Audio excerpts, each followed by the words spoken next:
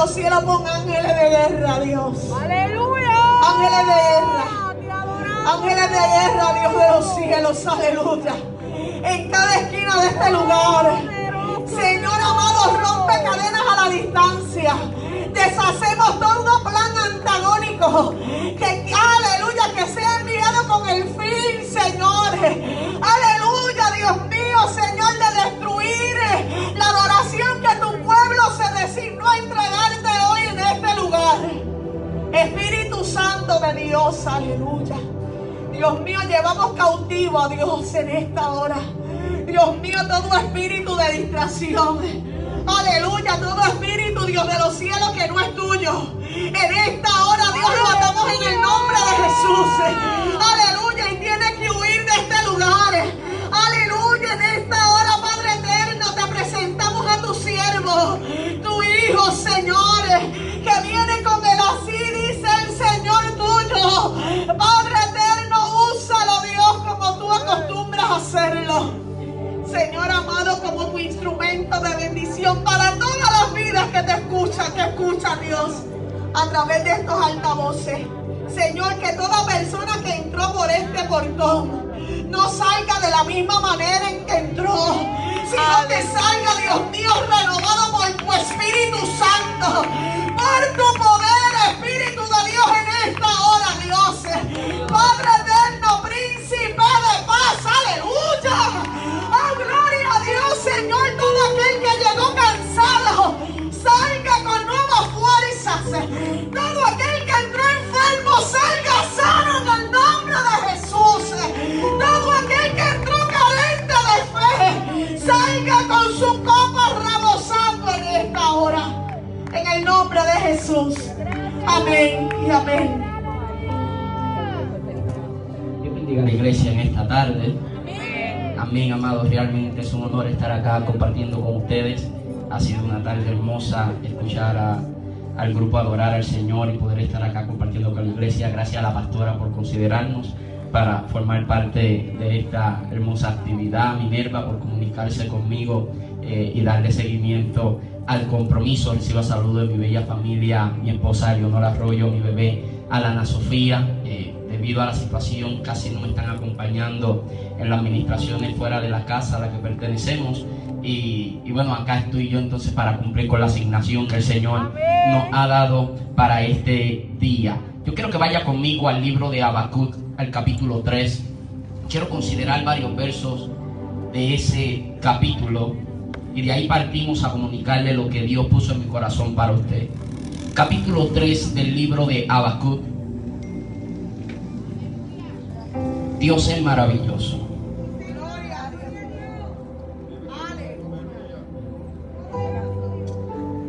Qué extraordinaria es la presencia del Señor. Capítulo 3 del libro de Habacuc. ¿Está ahí conmigo, amado? Mire cómo dice la escritura, los primeros 2 versos, y luego nos vamos a saltar a los versos muy afamados que son los del 17 al 19. Pero primero comenzamos con el verso 1, verso 2 y luego del 17 al 19, y leo: a la gloria del Dios Trino, Padre, Hijo y Espíritu Santo. La iglesia dice: oración del profeta Habacuc sobre Sigionot. Oh Jehová, he oído tu palabra y temí. Oh Jehová, aviva tu obra en medio de los tiempos, y en medio de los tiempos hazla conocer. En la ira acuérdate de la misericordia.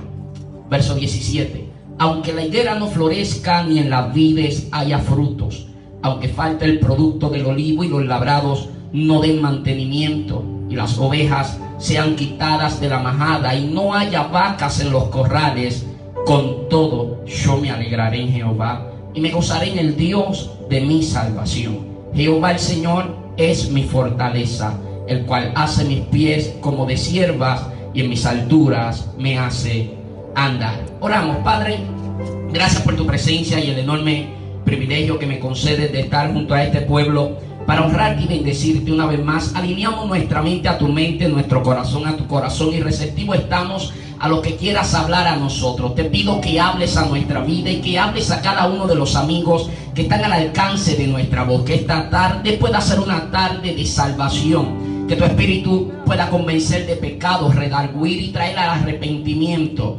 yo me niego a creer que este es un servicio más, sino que estoy plenamente convencido de que este es el culto donde alguien puede ser empoderado en tu palabra para trascender ante cualquier problemática que al presente pueda estar enfrentando. Te pido, Dios, que en la libertad de tu espíritu pueda ministrar la misma, pues acá está tu espíritu. ¿Y dónde está tu espíritu? Allí hay libertad para adorarte. Por Cristo Jesús, alguien que sea libre, que pueda levantar la mano, decir amén, gloria a Dios, aleluya, porque Él es fiel y porque Él es bueno. Me dice amén, iglesia.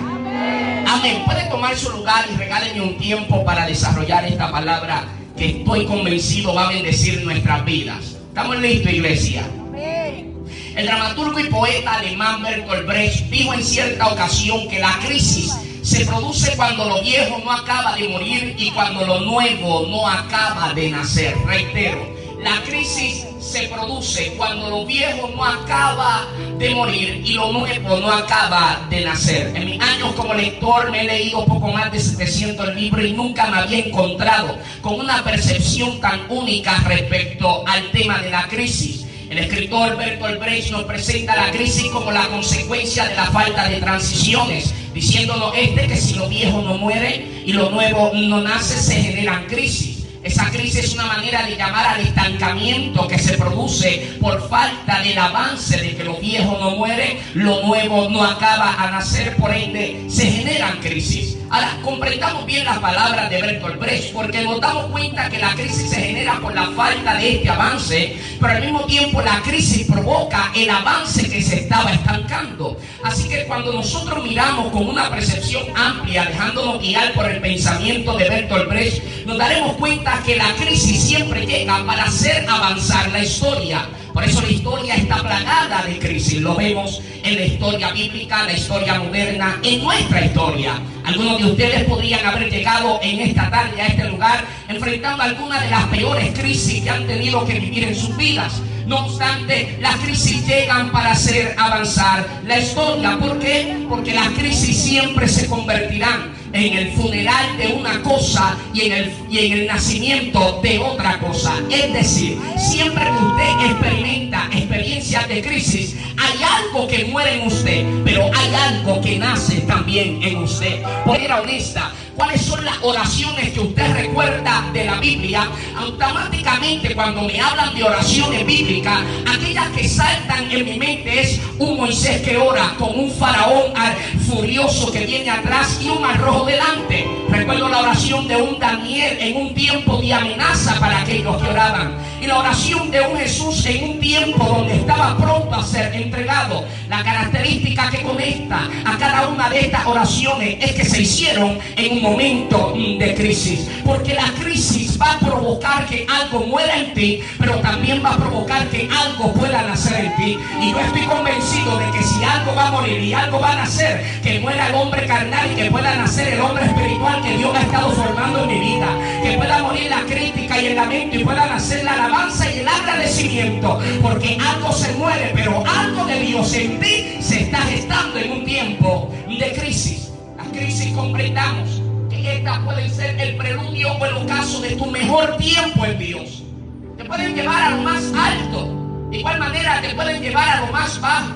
Y lo más terrible de esta situación es que todos las enfrentamos, ricos y pobres, gente letrada, gente analfabeta, todos y cada uno enfrentamos crisis. En cierta ocasión un rico dijo: la gente que tiene problemas económicos piensan que el dinero resuelve todos los problemas y no entienden que el dinero trae otro tipo de problemas. Pero los problemas son inevitables en la vida, no importa la clase a la que usted pertenezca o con la que usted se identifique, independientemente, todos enfrentamos crisis. Como bien dijo aquel viejo predicador, solo hay en cada audiencia 3 tipos de personas: los que salen de una crisis, los que están en medio de una crisis y los que algún día entrarán en esa crisis. Algunas de estas crisis vendrán por causa de Dios, otras van a venir por causa del diablo y otras van a venir por causa de nosotros. Las que son por causa de Dios las llamamos pruebas, las que son por causa del diablo las llamamos ataques, pero las que son por causa de nosotros se llaman consecuencias de nuestros malos manejos. Es interesante porque más del 80% de las crisis que enfrentamos no tienen nada que ver ni con Dios ni con el diablo. Tienen que ver con las consecuencias de nuestros malos manejos como administradores, decisiones que tomamos en la vida, y ahí enfrentamos las crisis. No obstante, esta es una realidad de vida que nos toca enfrentar a todos, cristianos y no cristianos. Y el apóstol Pablo comprende que la iglesia en algún momento va a enfrentar días malos.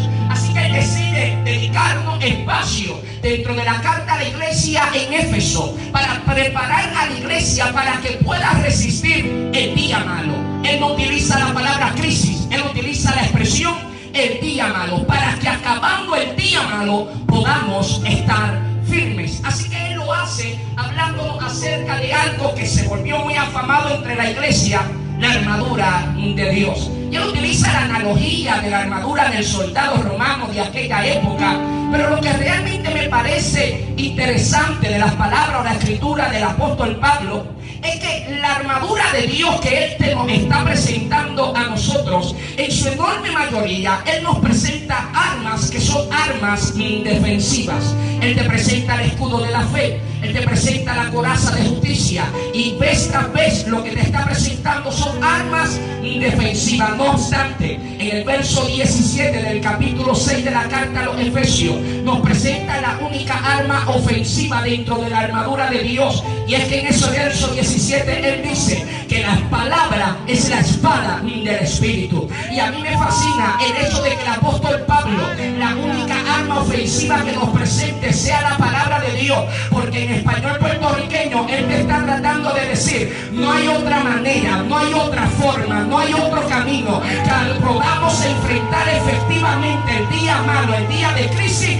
que no sea aferrado a una palabra. Yo le voy a decir algo: hay días de lágrimas que no lo hubiéramos sobrevivido si no hubiéramos sabido que contábamos con una promesa, si no hubiéramos sabido que había una palabra de Dios para nosotros. Y Puerto Rico puede pasar por días malos, Puerto Rico puede pasar por días difíciles, pero hay promesas sobre esta tierra, y esta tierra, por encima de la droga, criminalidad y todo lo que usted pueda señalar, sigue siendo la isla del Cordero. Puerto Rico carga una palabra, tu familia carga una palabra, la iglesia tiene una palabra, y es la palabra nuestra seguridad en el día malo. Él dice: no hay otra forma, no hay otra manera. Por eso no te presenta segundas opciones.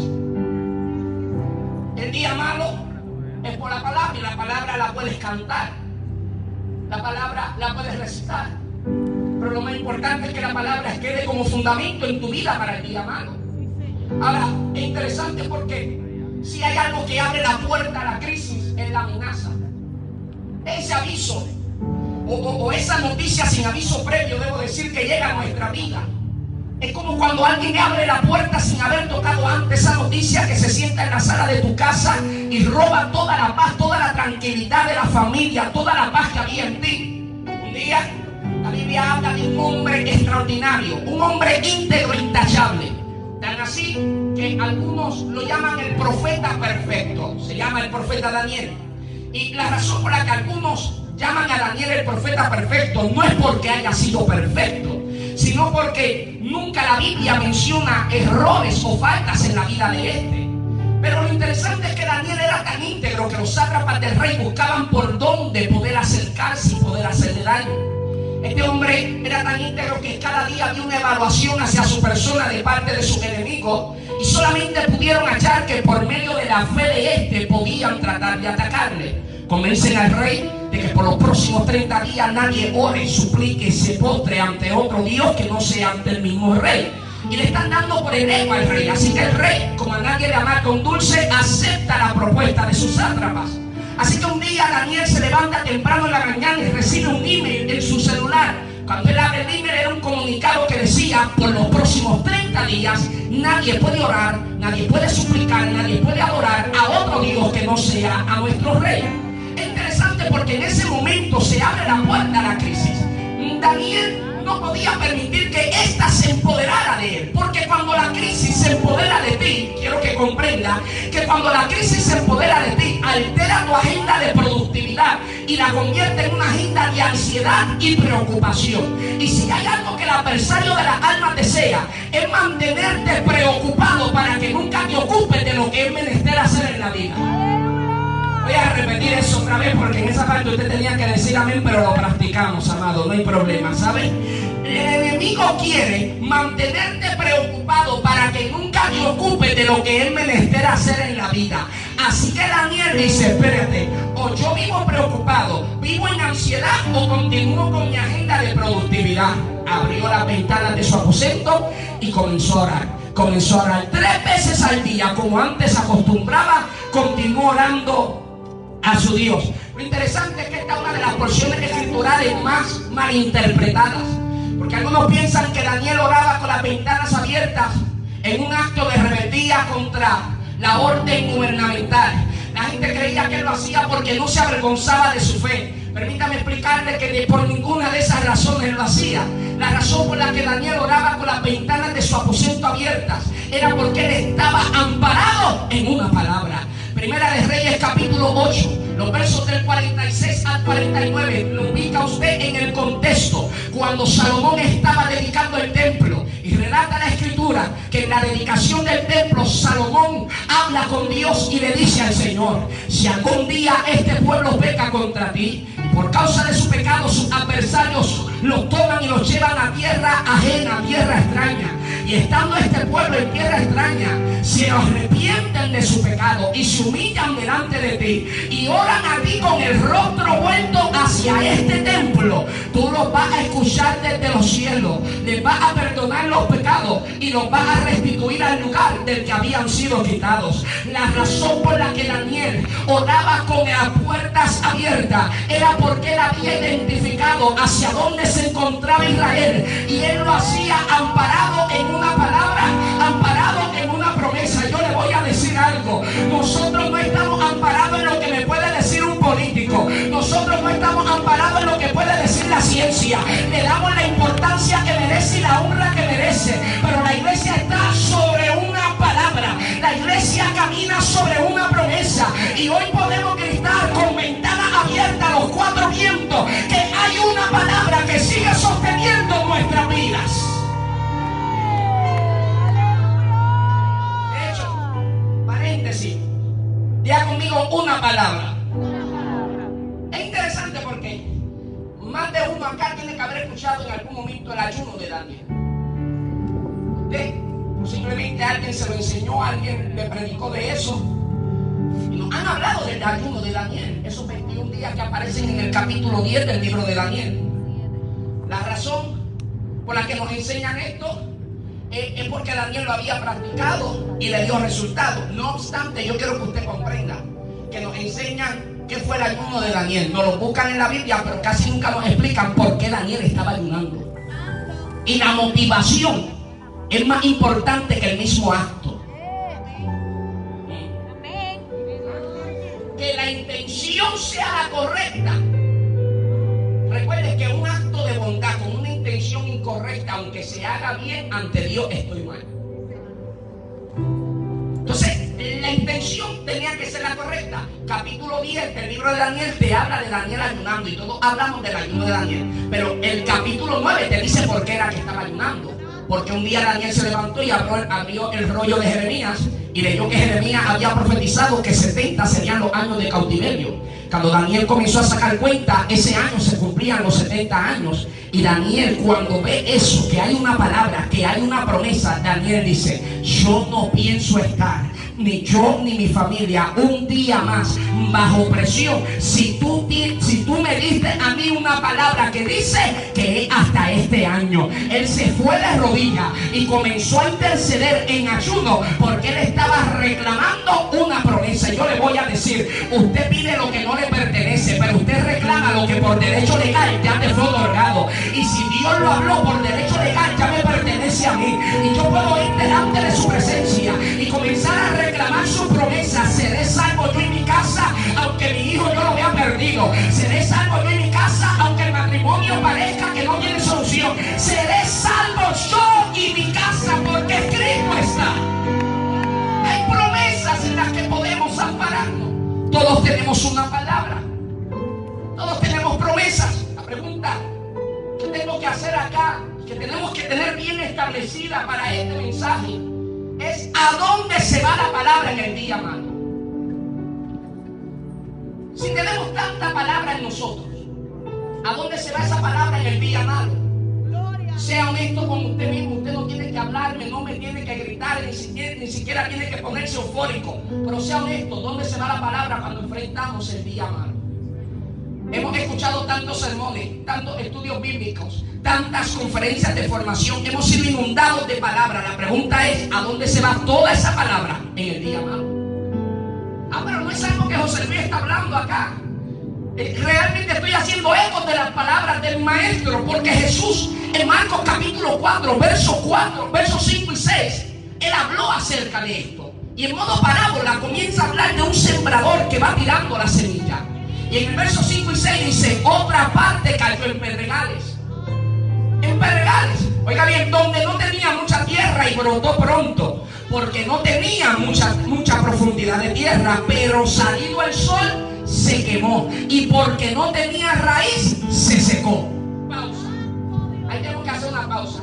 El Señor está diciendo que una parte de la semilla cae en un terreno pedregal como este. Cuando cae en ese terreno pedregal, como no había mucha profundidad de tierra, la semilla brotó rápido. Y es curioso porque esto quiere decir que una exposición acelerada no es sinónimo de que Dios me lleva de la mano. Por eso hay que tener mucho cuidado cuando nosotros le damos sello de aprobación a todo lo que tiene exposición acelerada. Porque lo que valida si es de Dios o no es de Dios es cuando eso se ha expuesto al calentón del sol. Porque es en el calentón del sol que se hace evidente lo que no se ve, lo que hay bajo tierra. Si hay raíz permanece, si no hay raíz se seca. Entonces, ¿qué pasa? Que salió el sol y se secó. Pero Dios es tan extraordinario que sabía que venía yo para acá a predicarle a usted. Y en el verso 16 y 17 de ese mismo capítulo, Jesús explica la parábola de una manera mucho más sencilla y dice: estos son asimismo los que fueron sembrados en pedregales, los que cuando han oído la palabra al momento la reciben con gozo. Dicen amén, aleluya y gloria a Dios. Pero no tienen raíz en sí, sino que son de corta duración, porque cuando viene la tribulación o la persecución por causa de la palabra, luego tropiezan. Y aquí yo encuentro una incongruencia. Yo comienzo a decir al Señor, el Señor, o sea, la palabra dice, estos son así mismos los que cayeron en terreno pedregal, los que cuando reciben la palabra la reciben con gozo. Y hasta ahí yo me identificaba, porque mira que me disfruto la palabra, mira que me la gozo, mira que cuando escucho algún recurso, algún compañero ministro transmitir, impartir una palabra extraordinaria de parte de Dios, la recibo con euforia, me la gozo tanto como la predico. No obstante, hasta ese punto estaba todo bien, pero el Señor termina diciendo, pero luego estos mismos son los que no permanecen. Y yo comienzo a preguntarle al Señor, ¿cómo es posible que haya gente que ama tu palabra, que se goza tu palabra, pero no permanecen en tu palabra? Y el Señor me hizo comprender algo interesante. El Señor me dijo, lo que pasa es que hay gente que es profunda en la palabra, pero la palabra no es profunda en ellos. Y cuando tú eres profundo en la palabra, tú tienes Biblia para debatir, tú tienes Biblia para comentar, tú tienes Biblia para escribir en Facebook, pero cuando la palabra es profunda en ti, tú tienes fundamento para permanecer en el día, amado. Tú tienes fundamento para que la crisis no te haga salirte de donde Dios te estableció. Cuando la palabra es profunda en ti, venga lo que venga, tu casa no se cae porque tiene fundamento sólido como una roca. Aleluya. Gracias. Es muy peligroso ser profundo en la palabra y que esta no sea profunda en nosotros.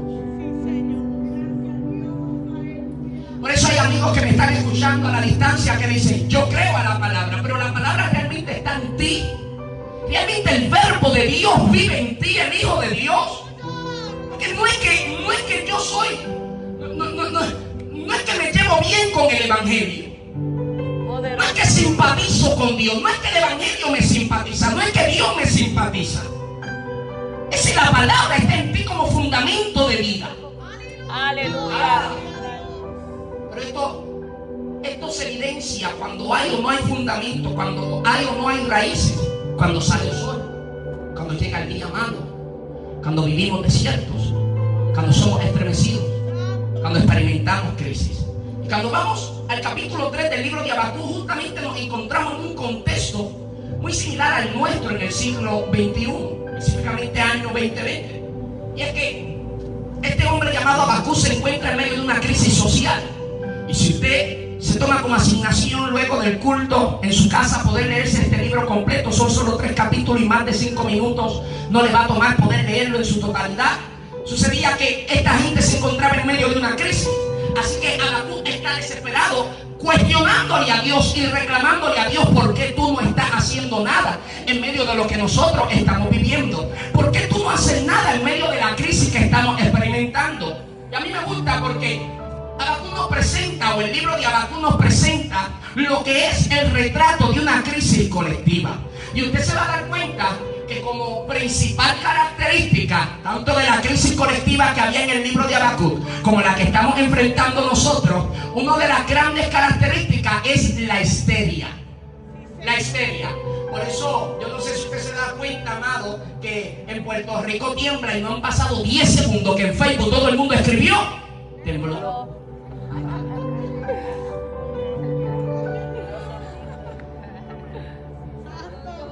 No digo que esté mal, no critico al que lo hace, lo digo con mucho respeto. A lo que quiero llegar es que esto comienza a alimentar de repente la histeria, y algunos lo hacen por vacilón, otros lo hacen porque realmente es una manera de hacer catarsis y lo único que tienen son las redes sociales. Y es interesante porque esto comienza a alimentar lo que es la histeria, esa histeria colectiva. Y a mí lo que me preocupa es nosotros como iglesia, en medio de la comunidad donde estamos ahora mismo y en medio de la nación donde estamos establecidos.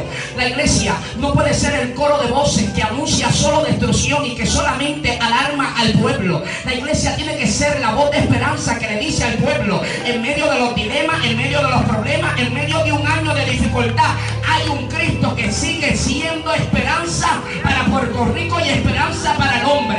Todavía Dios sigue siendo solución, todavía Dios sigue siendo salida. El problema está cuando nos unimos al coro de voces incorrecto. Por eso la iglesia no se puede unir al coro de voces incorrecto. Hoy estamos en medio de la comunidad gritando a los 4 vientos: hay un Cristo que salva, que sana, que liberta, que bautiza y que viene pronto por su iglesia. Lo creemos profundamente y no nos avergonzamos en anunciarlo públicamente. No obstante, debemos tener cuidado con cómo nos manejamos ante una crisis colectiva, una crisis que nos afecta a todos. Que le voy a decir algo: el saludo predilecto de Jesús no era llegar a un lugar y decir Dios te bendiga. El saludo de Jesús era: paz a vosotros. ¿Le hace sentido lo que le estoy diciendo, amado? Paz a vosotros. ¿A dónde hemos dejado la paz? ¿A dónde hemos dejado el mensaje de esperanza, el mensaje alentador? ¿A dónde ha quedado? La iglesia tiene que ser el coro de voces que anuncia que todo va a estar bien. Oh, sí. Que hay profecía, definitivamente hay profecía. De que hay tiempo de cumplimiento, hay tiempo de cumplimiento, y en eso estamos completamente de acuerdo. Ahora yo tengo que decirle que Cristo es esperanza en medio de la desolación. Que los días pueden ser duros, pero sin embargo el Señor nos está prometiendo, porque el Evangelio no es sinónimo de exoneración del problema. El cristiano y el impío experimentamos las mismas dificultades. La diferencia está que Cristo está en nuestra barca, y cuando Cristo está en la barca, el viento calla y el mar enmudece. De esto es que se trata. O sea, tanto el uno como el otro experimenta dificultades. Pues dijo Jesús en el sermón del monte que sobre buenos y sobre malos el Padre hace salir el sol. Sobre bueno y sobre malo hace llover el Padre. No obstante, sobre bueno y sobre malo vienen las crisis que afectan al mundo. La diferencia está en cómo cada quien decide encarar las problemáticas que tenemos de frente. Mientras otros salen corriendo porque no hayan solución, nosotros corremos pero a su presencia, porque sabemos que en su presencia hay plenitud de gozo, y porque de lo alto viene nuestro socorro, de Jehová que hizo los cielos y la tierra. Ahora yo quiero que usted vea algo interesante. Dice la Escritura, capítulo 3, verso 1 del libro de Habacuc: oración del profeta Habacuc sobre Sigionot. Hasta ahí vamos a quedar. Oración del profeta Habacuc sobre Sion. Amados, regálenme unos minutos para explicarle un poquito de contexto histórico. Oigan, Aleluya. cuando la Biblia dice oración del profeta Habacuc sobre Sion es un término musical. Era un término musical. Acá nosotros utilizamos do, re, mi, fa, sol, la, si, mayor, menor, sostenido, bemol, séptima, disminuido y un sinnúmero por ahí. La música es enriquecedora y nunca dejamos de aprender y poder expandirnos en ella. No obstante, en la antigüedad, sobre todo en esa región, se utilizaban otro tipo de términos como por ejemplo seminí, sigayón, gitit, álamo, que usted lo va a encontrar en el libro de los Salmos en palabras pequeñitas al lado de los diferentes salmos. Ahora, quiero que comprenda que estas indicaciones musicales no solamente hablaban acerca de un tono en el que se cantaba, sino que cada término involucraba mucha más información. Repito, cada término musical involucraba mucha más información y para darme a entender tengo que explicarlo como debe ser. El Salmo número 6 tiene un encabezado, ejemplo. Salmo número 6 tiene un encabezado que dice: al músico principal en Neguinot sobre Seminí, Salmo de David.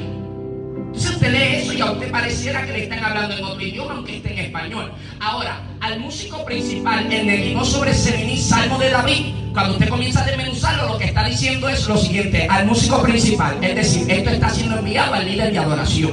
En Neguinot era un instrumento de cuerda y Seminí significaba octava menor, Salmo de David. En español eso se traduce de la siguiente forma: salmo que escribió David, que lo está enviando al líder de adoración, que se tiene que tocar con instrumento de cuerda en octava menor. ¿Le hace sentido lo que le estoy diciendo, amado? Sí, ok. Oiga esto, que interesante. Estos términos involucraban demasiada información. Ejemplo, álamo era otro término. Álamo no solamente era un tono musical, sino que también se refería a un coro de doncellas sopranos que cantaban siempre al son de las arpas. Y cada uno de estos términos involucraba así mucha, pero que mucha información. Ahora vamos entonces a la base bíblica. Dice que era oración del profeta Habacuc sobre Sion. ¿Sí o no? Sí o no. O otras versiones dicen sigayón. Es lo mismo sí o no. Lo que significa es con vehemencia y con júbilo. Con júbilo. Así que esto implicaba que lo que Habacuc estaba escribiendo se tenía que cantar con mucha algarabía y con mucho gozo. Pero hay un problema. Lo que este hombre escribió, él está dando directrices de cómo se tiene que cantar. Y él está diciendo: esto que yo escribí se va a cantar con gozo. Esto se va a cantar con mucha algarabía. Vamos a brincar, vamos a gritar, vamos a levantar la mano y vamos a hacer mucho ruido aquí, porque vamos a celebrar que Dios sigue siendo bueno en medio de lo que estamos viviendo. El problema es que el contexto de él era una crisis social, y eso no hace sentido, que en medio de una crisis social haya uno que se levante diciendo: me voy a secar las lágrimas y voy a cantar con mayor gozo que nunca. Y yo creo que aunque esto parece no tener sentido, justamente es una clara descripción de la iglesia y de aquel que confía en Dios, donde dice: aunque yo no entiendo lo que estoy viviendo, aunque lo que estoy viviendo está afectando mi vida, hoy yo voy a cantar mi mejor alabanza, hoy yo voy a dar mi mejor adoración, no porque lo que vivo me agrada, sino porque por encima de lo que estoy viviendo hay un Dios que sigue siendo bueno. Y aquí hay gente que no puede testificar que Dios lo sanó, pero puede testificar que Dios te ha sostenido en medio de la enfermedad. Algunos pueden decir: Dios no abrió la puerta, pero me ha sostenido aunque no abrió la puerta. Y hay días donde Dios se manifiesta, no como el que te provee, no como el que te sana, sino como el que te sostiene. Y hoy alguien aquí puede darle gloria a Dios, porque a pesar de lo que estoy viviendo, Él sigue siendo el Dios que me sostiene en la alta, me sostiene en la baja, todavía sigue siendo el Dios que me sostiene. Por favor, alguien que le adore, pero que le adore de verdad. Él sigue siendo el que me sostiene. Aleluya.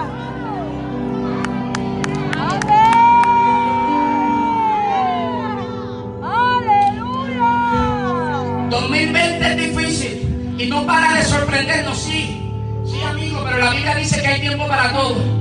Hay tiempo para llorar, sí, eso estamos claros. Hay tiempo para llorar, hay tiempo para llorar, hay tiempo para lamentarnos, hay tiempo, amado, para eso. Pero también hay tiempo para abstenerse de llorar y comenzar a empujar una sonrisa y tratar de entender el lado positivo de la circunstancia por encima de lo que estoy viviendo. Hay un Dios que todavía me sostiene. Por encima de lo que me afecta, hay un Dios que se revela a mi vida de una forma en la que no la había conocido todavía. Dios sigue siendo bueno, aunque el día sea malo. Dios sigue siendo bueno, aunque el año no sea tan bueno. Él sigue siendo bueno.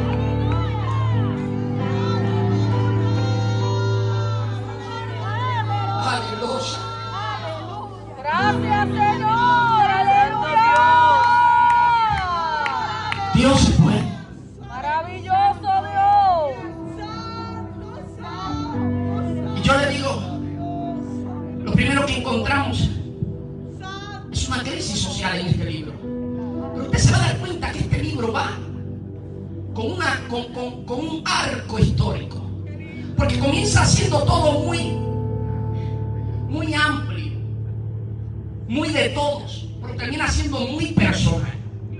Te vas a dar cuenta que desde el primer capítulo él habla de lo que pasa en la ciudad, pero en el último capítulo él dice, aunque la higuera no florezca, y comienza a hablar y de repente dice, con todo yo. Él no habla de nosotros, con todo yo. Y entonces ahí te das cuenta que esto pasa de ser algo muy colectivo a ser algo muy íntimo, muy personal de él. Y veamos la transición, porque la transición es interesante. Es interesante, porque hay veces donde hay crisis que nos afectan a todos, pero de repente la crisis se convierte en la crisis de los de tu apellido. A ver si hace sentido lo que le voy a decir. Yo estoy acostumbrado a viajar 2 y 3 veces al año, al mes, discúlpeme. Y en noviembre y diciembre del 2019, en los aeropuertos, en las noticias, en las redes sociales, se hablaba de que los chinos estaban enfrentando un problema con un virus, y era un problema al parecer muy serio. Eso era en noviembre y diciembre, y a nosotros la verdad es que no afectaba directamente, por ende orábamos por los chinos y decíamos qué triste lo que ellos están viviendo. Pero de repente en enero en Italia comienza a morir mucha gente de la tercera edad a causa de ese virus. En marzo llega a Puerto Rico un crucero con un infectado. En Estados Unidos se disparan los casos. Ya dejó de ser el problema que escuchábamos y que veíamos que afectaba a la gente de allá, y como que se asomó a la puerta de nuestra casa. Pero igual sigue siendo la crisis de todos. Era la crisis de Puerto Rico. Y siguió siendo la crisis de Puerto Rico hasta que alguien de la familia muere a causa del virus. Cuando alguien de la familia muere a causa del virus, ya no es la crisis de Puerto Rico, es la crisis de los Rodríguez, es la crisis de los Riveras, es la crisis de los Santiagos, es la crisis de los Torres, la crisis de los de Jesús. De repente comenzamos a sentir el dolor realmente muy cerca de nosotros.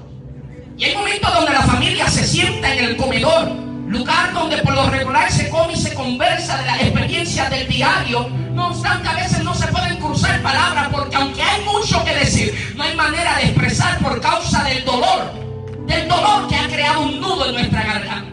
Aleluya. Nos cuesta poder expresarnos, nos cuesta poder hablar acerca del tema que nos está afectando a todos, pero decidimos callar, y callar no es la mejor decisión en momentos de angustia, en momentos de crisis. Permítame explicarle, amado, que a veces cuando las crisis tocan a las familias, las crisis familiares se fortalecen a veces por la deficiencia de carácter de los integrantes de la familia.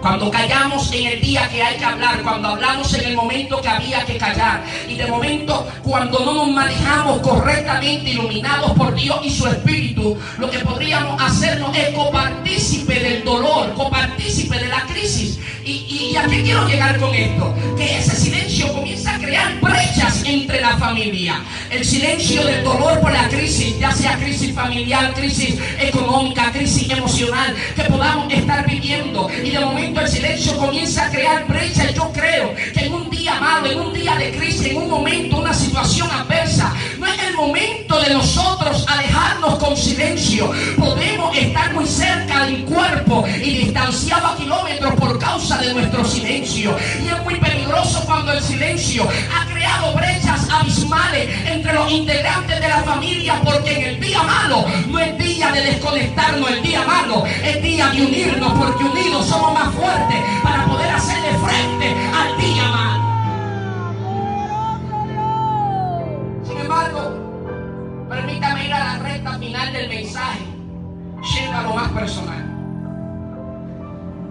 es la crisis de todos, ya no es la crisis de la familia. Hay días donde experimentamos crisis personales. Y yo sé que hay vecinos que me están escuchando que se van a identificar fuertemente con lo que ahora voy a estar hablando. Porque una crisis personal, me refiero, debo decir, por crisis personal a una crisis donde ni siquiera tu esposo o esposa se entera que tú estás viviendo. A eso hago referencia con el término crisis personal.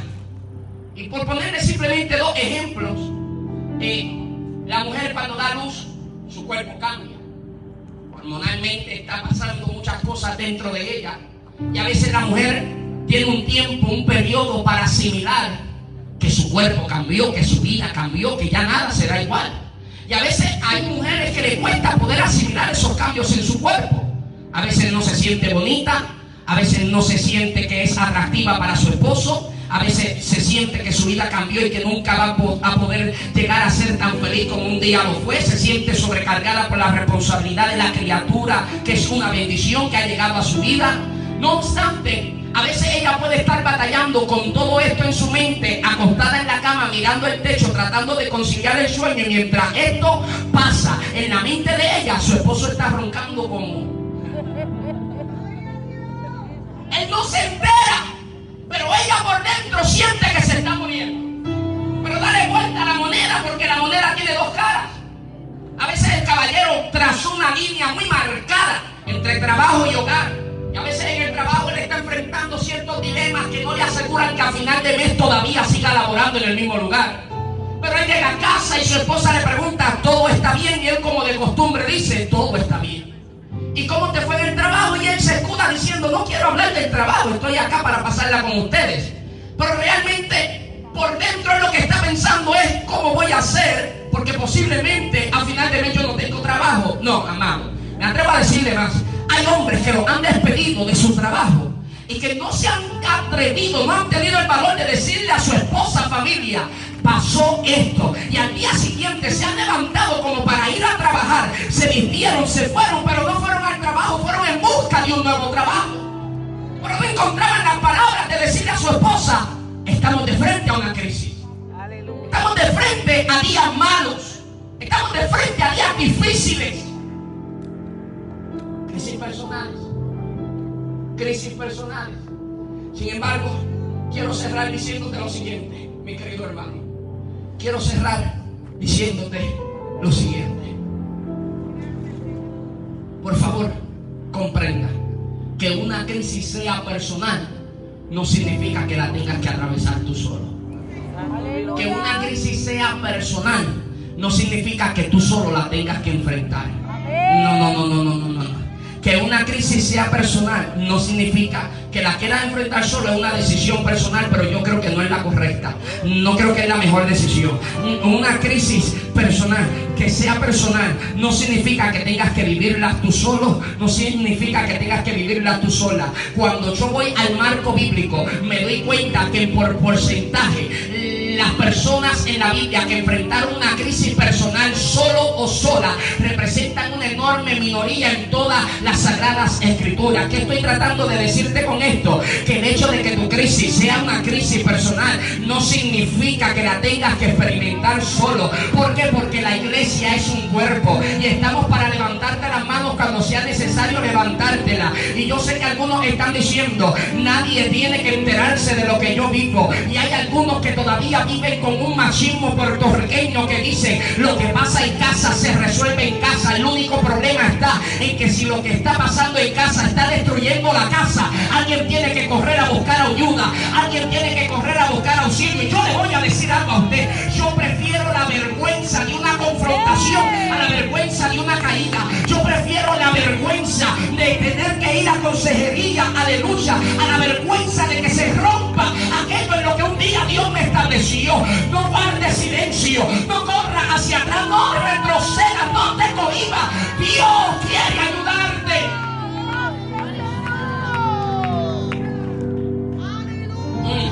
Gracias, Dios. Aleluya. Te lo digo por la Biblia. Moisés llegó un día donde Moisés no no podía. Y Aarón y Hur le levantaron las manos. Llegó un día donde hubo un gigante que David no pudo vencer, pero llegó a Abisaí y lo mató por él. Y llegó un día donde Jesús entró al huerto de Getsemaní y le dijo a Pedro, Juan y Jacobo: mi alma está triste hasta la muerte, acompáñenme y oren conmigo. ¿Sabe qué me vuela la cabeza? Que el Hijo de Dios, nuestro Salvador, pidió la oración en el día de crisis. Y yo soy tan espiritual que yo no me atrevo a pedir la oración porque soy el predicador, porque soy el evangelista, porque soy el pastor, porque soy el líder. No, mi querido hermano, vamos a aplastar todo tipo de orgullo y vamos a correr a Cristo, que es la solución, que sigue siendo el descanso, que sigue siendo el sustento, que sigue siendo la promesa que nos da la seguridad de que mañana todo puede estar mejor. Señor. Vamos a enfrentar diversas circunstancias y todas las vamos a tener que vivir. La pregunta es: ¿cómo tú vas a decidir hacerle frente a lo que estás viviendo? Usted me dirá: predicador, es que yo no puedo abrirle el corazón a cualquiera. No es lo que te estoy diciendo. Abrirle el corazón a la persona incorrecta sería entregarle un arma de muerte que pueden usar en tu contra en cualquier momento. Uno identifica a la gente que tiene la madurez suficiente, Cristo amado. Por eso Jesús no le dijo a todos los discípulos: mi alma está triste hasta la muerte. Se lo dijo a Pedro, Juan y Jacobo, que eran los íntimos, porque los íntimos pueden verte a ti en el día malo, pensar que no puedes con lo que estás viviendo y no dejan de verte como un hijo de Dios, no dejan de verte como espiritual. Los íntimos pueden ver lo peor de ti y te siguen llamando amigo, te siguen llamando hijo de Dios. Los íntimos pueden verte en lo más bajo, pueden verte en lo más sucio y te extienden la mano y te ayudan y están contigo en el momento del dolor. Y cuando tú dices: pasa de mí esta copa, un íntimo se queda contigo hasta el final. Se queda hasta el final. No estamos hablando de hacer catarsis frente a cualquiera, mucho menos frente a un incompetente. Hablamos de identificar a la gente que representa una ayuda para tu familia, para tu vida, para tu salud emocional, tu salud espiritual. Y aquí hay una iglesia dispuesta y disponible a orar por ti y ayudarte en todo lo que nos sea posible poder ayudarte. Dale un fuerte aplauso al Señor, iglesia, y acompáñame de pie.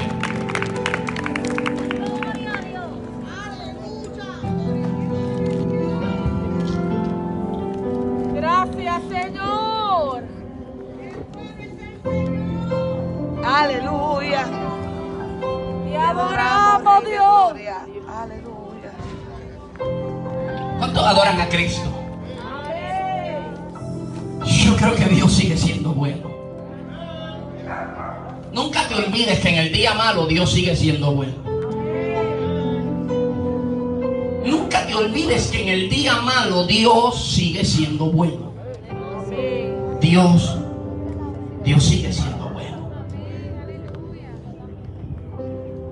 Si hubiese entre nosotros alguien que necesite arreglar su vida con Dios, qué gran honor sería para nosotros, para este servidor en específico, orar por alguien que diga: predicador, yo necesito arreglar mi vida con Dios.